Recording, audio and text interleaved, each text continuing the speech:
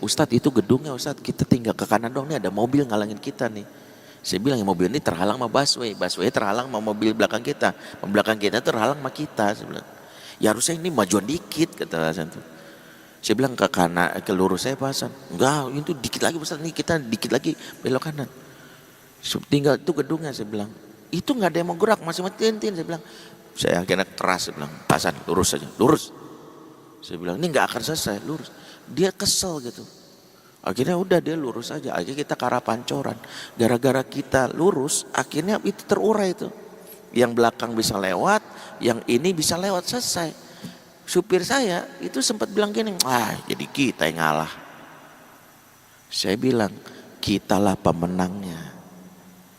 Mungkin bahasanya kita ngalah, tapi di balik ngalah itu kita mengurai masalah. Dan kalau ada distribusi pahala, kita yang pertama kali dapat, saya bilang.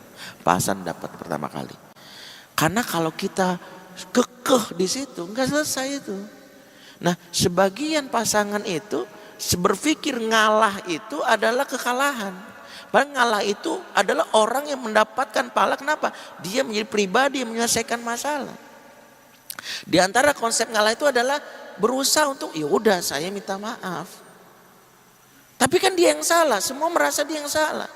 Makanya minta maaf itu sesuatu yang mahal nilainya, meskipun kita tidak merasa bersalah.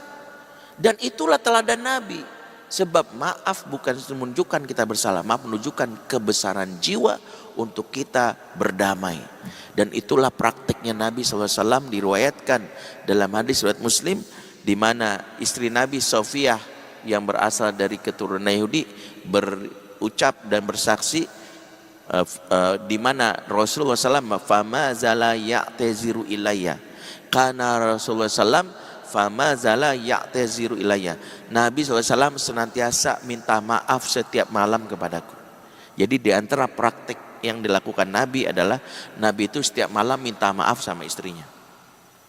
Apakah Nabi ada salah? Tentu tidak.